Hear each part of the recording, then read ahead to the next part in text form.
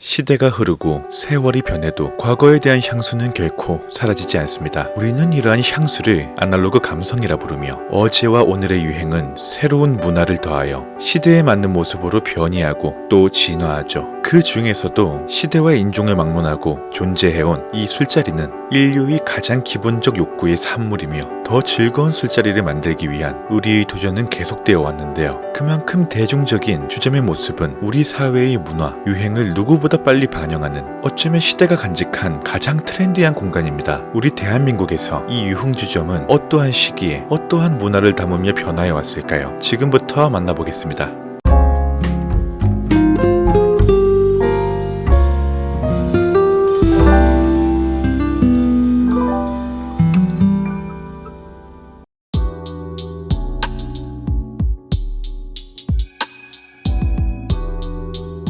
대한민국에서 주점 문화가 발달하기 시작한 것은 언제부터일까요? 바로 개화기를 거치며 시장 경제가 발달하기 시작하면서부터였습니다. 개화기 이전까지는 누구나 술을 빚을 수 있었지만 일제의 단속이 심해지면서 술 빚기 문화가 자취를 감추게 되었고 이에 술의 개념이 빚는 것에서 사 먹는 것으로 변화하게 되었죠. 해방 직후 만들어져 지금까지 인기가 이어지고 있는 주점은 어떤 것들이 있을까요? 그 첫 번째 주인공은 바로 포장마차입니다. 주머니 사정이 어려운 서민층에 애환을 달래주는 주점의 형태로 현재 제 경우는 종로, 강변, 중랑, 영등포 등지에 출몰하여 소맥을 털어놓고 나는데요. 그 중에서도 강변역 5번 부스는 제 20대를 통틀어 가장 사랑했던 공간이었습니다. 본론으로 돌아와서 이러한 포장마차의 최초는 50년대에서 60년대 사이 청계천에서 시작되었는데요. 당시는 참새구이와 같은 간단한 구이류에 잔 단위로 소주를 팔았던 것이 포장마차 문화의 시작이었습니다. 현재의 대표적인 실내 포장마차인 한신포차 역시 그때 그 시절의 향수에서 시작된 것이라고 하죠. 이후 60년대에서 70년대 사이 투명 미닫이 문에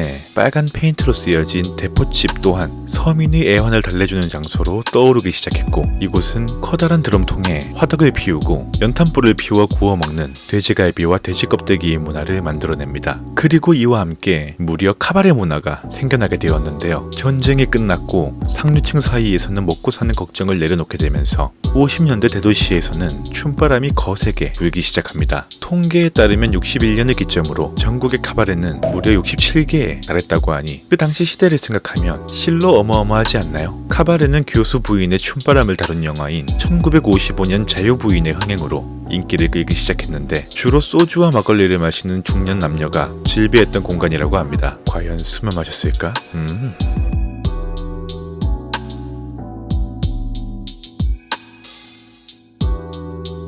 모든 것이 황폐화되었던 그때 우리는 대한민국이 OECD의 가입국이 되고 세계의 선진국 반열에 오를 것이라고 감히 상상이나 알 수 있었을까요? 우리나라는 정치, 경제, 사회, 문화의 모든 분야에서 이른바 한강의 기적으로 불리는 큰 변혁을 겪기 시작했습니다. 외국과의 무역 개방을 통해 들어온 미국식 문화와 도시화는 큰 문화적 전통으로 이어지게 되었고 이때 양조 업계에도 큰 지각 변동이 일어나게 되는데요. 1965년부터 정부로부터의 양곡 정책이 시행되게 되면서 쌀이나 보리 등의 곡물이 술의 재료로 쓰일 수 없게 되었기 때문입니다. 그리고 바로 이때부터 오늘날 대한민국 음주의 전신이라 할 수 있는 희석식 소주가 대규모로 보급되게 되었고 소주는 곧 서민의 대표적인 술이 되게 된 것이죠. 소주가 보급됨에 따라 바뀐 첫 번째 음식점 문화는 바로 적합한 안주거리를 만드는 것이었고 이에 술집의 음식은 앞선 대포집의 돼지갈비에 삼겹살, 목살, 주먹고기 등을 더하여 오늘날 한류 K푸드의 중심인 대한민국 고기 문화를 형성하게 된 것이죠. 이후 70년대의 유행을 선도해오던 주점은 바로 극장식당이었습니다. 손님들은 무대에서 펼쳐지는 가수들의 무대를 보며 술을 마시고 연예인들은 공연을 하는 형태였는데 마치 요즘의 디너쇼와 같다고 보시면 되겠습니다. 이와 함께 밴드가 연주하는 나이트클럽 또한 인기가 많았는데요. 70년대부터 대중화되기 시작한 나이트클럽이라는 주점의 형태는 가수들의 행사에서 MR로 반주를 대신하는 것과 달리 밴드가 직접 라이브 음악을 연주했다는 점에서 라이브바 혹은 펍에 가깝다고 볼 수 있겠습니다. 오늘날 말하는 가수들의 행사라는 개념이 이때 생겨난 것이죠. 70년대는 여러분도 아시다시피 민주화의 시대였는데요. 대학가를 중심으로 대포집의 세련된 버전인 학사주점이 생겨나기 시작하여 막걸리와 동동주, 파전과 두부김치 등 지금의 호프집 메뉴와 별반 다르지 않은 메뉴들이 탄생하고 또 사랑받으며 오늘날까지 이어지게 됩니다.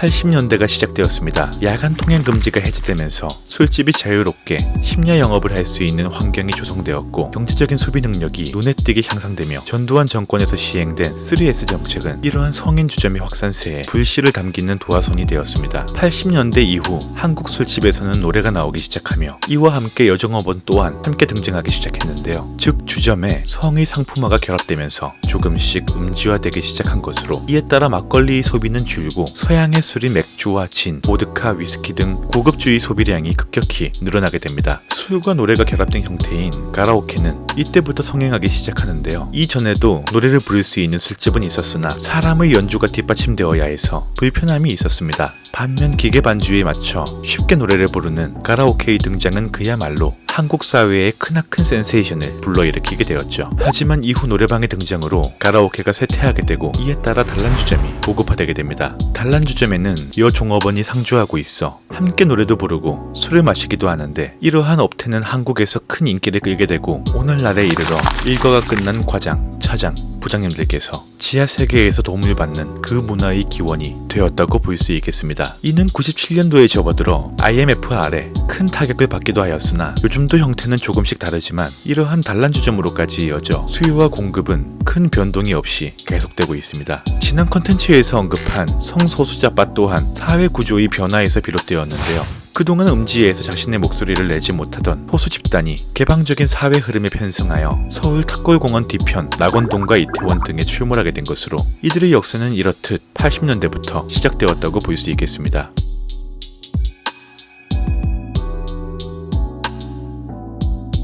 앞서 사회의 트렌드는 주점에 제일 먼저 반영된다는 말을 드렸습니다. 마지막으로 요즘 술집의 트렌드를 살펴보며 오늘의 재료를 마무리 지어 보겠습니다. 오늘날은 분명 과거와 다릅니다. 불필요한 회식은 줄어들고 또 원치 않는 것이 직장인들의 오늘이며 과하게 술을 먹는 문화는 사라진 대신 식후 가벼운 맥주 한 잔으로 생활의 활력을 찾는 이들이 많아지게 되었죠. 억지로 술을 권하는 직장 상사는 세차게 빵댕이를 맞아야 마땅한 세상이 온 것이죠. 간단한 안주와 맥주 한 잔을 기본으로 판매하는 스몰 비어의 매장 수가 늘어나게 되었으며 한 잔을 먹어도 맛있게 먹기 위한 대중의 관심 속에서 공장형 하우스 맥주 매장 역시 늘어났습니다. 여기에 무제한 칵테일, 저렴한 칵테일 등 학생들도 쉽게 즐길 수 있는 술자리 문화가 자리를 잡게 되었죠. 이자카야 문화의 확산세 또한 인상적이었는데요. 일본식 주점의 분위기를 띤 이자카야들이 대규모로 생겨났고 일본에 대한 불매운동 속에서 일순간 매출이 폭락한 가게들 또한 많았으나 그럼에도 우리 생활 깊숙이 자리한 분위기 좋고 고급스러운 이자카야는 결코 사라지지는 않을 것으로 보입니다. 이와 더불어 다시금 유행하고 있는 막걸리 문화의 경우 가로수길에서 막걸리를 한 잔씩 판매하는 백종원의 막걸리바 또한 인기리에 운영 중에 있죠. 근래 가장 재미있게 본 형태의 주점은 책맥입니다. 맥주를 파는 서점 카페들이 인기리에 운영 중인데 이건 정말 유니크하지 않나요? 책이 나를 읽는지 내가 책을 읽는지 모를 기적같은 책방, 소위 춤추고 노는 문화의 경우 이번 이태원에서 큰 재앙이 벌어진 클럽과 또 클럽과 라운지바가 결합된 형태의 라운지바 클럽 문화가 있으며 70년대생에서 90년대생의 경우 별이 빛나는 밤이라고 불리는 별밤, 밤과 음악사회라고 불리는 밤사 등의 감성 주점이 있습니다. 오늘은 이렇게 대한민국의 술자리 문화에 얽힌 역사들을 쭉 살펴봤습니다. 개인적으로 어머니 혹은 할머니 세대로부터 들어왔던 그 과거의 이야기들을 직접 목격하는 것에서 오는 재미가 있었고 우리가 현재 소비하는 술자리들의 유래에 대해서 이해하게 되는 즐거움도 있었습니다. 어린 시절 빨간 소주에 빨대 꽂아 마시던 우리의 윗세대는 그야말로 전투민족이었죠. 16.9도의 현재의 술자리가 얼마나 애송이들 같아 보일까요? 미래에는 또 어떤 술과 어떤 형태의 술집이 우리를 기다리고 있을까요? 인공지능 로봇이 술을 말아준다거나 접대를 담당하게 될지 모를 일입니다. 아날로그 감성과 함께 상상력 또한 충만해지는 오늘의 이야기, 대한민국 유흥주점의 변천사였습니다. 다음 영상에서는 더 흥미로운 주제로 돌아오겠습니다. 술래루팡이었습니다.